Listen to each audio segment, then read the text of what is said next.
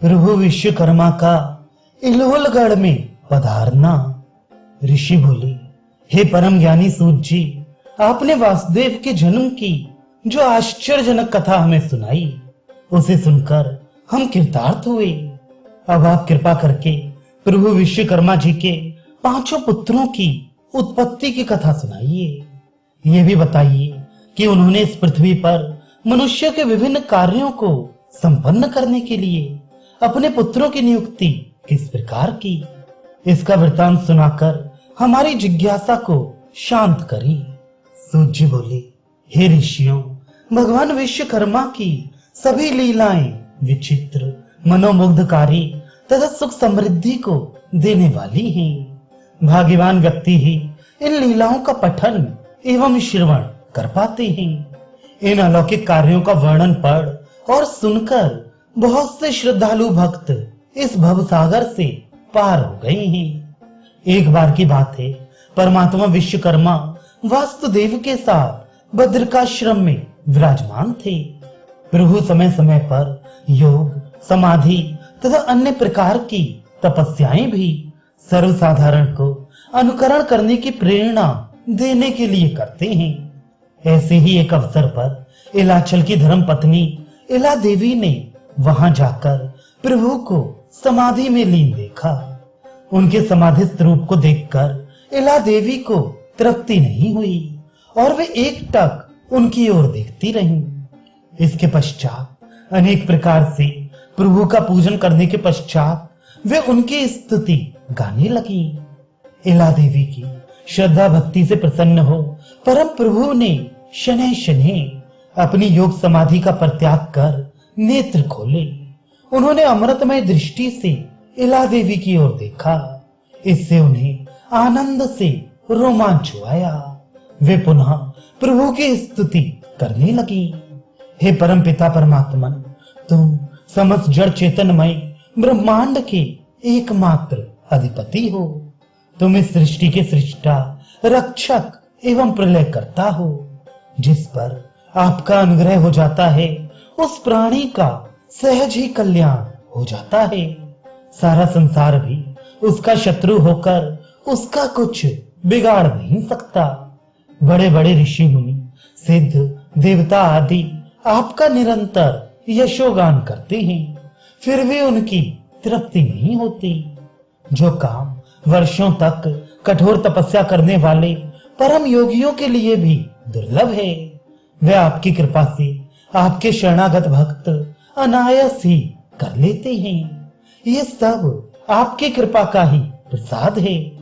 हे दीन बंधु, दीनानाथ, आप अपनी इस पुत्री पर भी अनुग्रह कीजिए। इला देवी की ये परम विनीत वाणी सुन भगवान बोले, हे पुत्री, जब तू मेरी शरण आ गई है तो इस प्रकार निराश क्यों होती है? बोल, तेरी क्या इच्छा है? मैं उसे अवश्य पूर्ण करूंगा।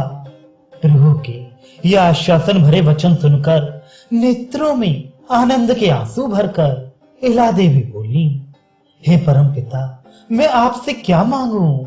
आपने मुझे सब कुछ तो दे रखा है। सद्गुण, सुंदर रूप, सुखी परिवार, महान पति, आपकी अटल भक्ति।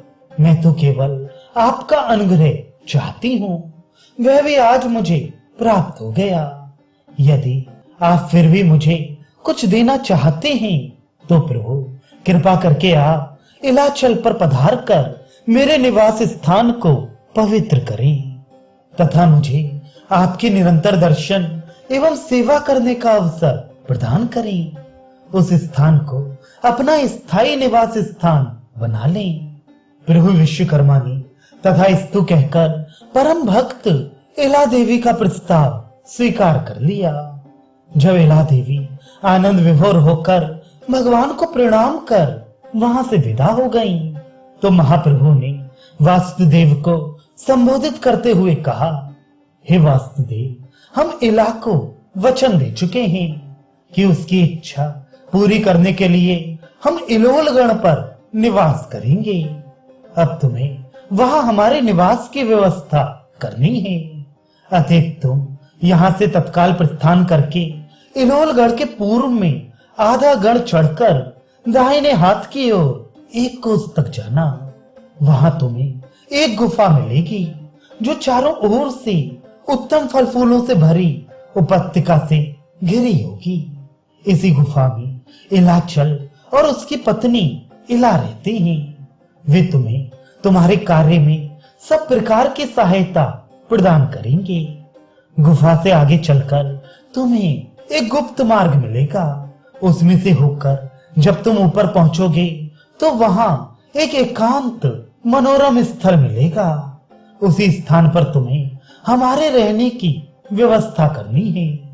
ये तो तुम जानते ही हो कि तुम्हें वहां सुरम्य भूमि, शीतल एवं निर्मल जल युक्त जलाशय तथा शांत आश्रम का निर्माण करना है। इस बात का विशेष रूप से ध्यान रखना कि वहां योग साधना, तपश्चर्या आदि का कार्य निर्विघ्न रूप से चल सके। निर्माण कार्य संपूर्ण हो जाने पर मुझे सूचित करना, मैं तभी वहां पहुंच जाऊंगा।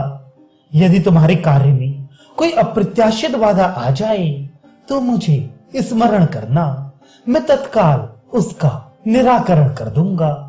प्रभु की आज्ञा पाकर वास्तुदेव तत्काल इलोलगण पहुंचकर निर्माण कार्य में लग गए। जब उनकी दृष्टि से निर्माण कार्य पूरा हो गया और उसमें किसी प्रकार की कोई कमी अथवा दोष नहीं रहा तो उन्होंने इलाचल एवं इला देवी को भी वहां बुलाकर आश्रम, जलाशय आदि सब कुछ दिखा दिया। जब वे भी इससे संतुष्ट हो गए तो उन्होंने प्रभु विश्वकर्मा से उस स्थान पर पधारने के लिए आग्रह पूर्वक प्रार्थना की। भक्तों की प्रार्थना को स्वीकार कर प्रभु इलोलगण में प्रकट हुए। उन्हें देख इलाचल तथा इला गदगद होकर उनकी स्तुति करने लगे। उस समय उनके संपूर्ण शरीर में रोमांच हो रहा था और नेत्रों से आनंद के अक्षु बह रहे थे। फिर उन्होंने अनेक प्रकार से प्रभु का पूजन किया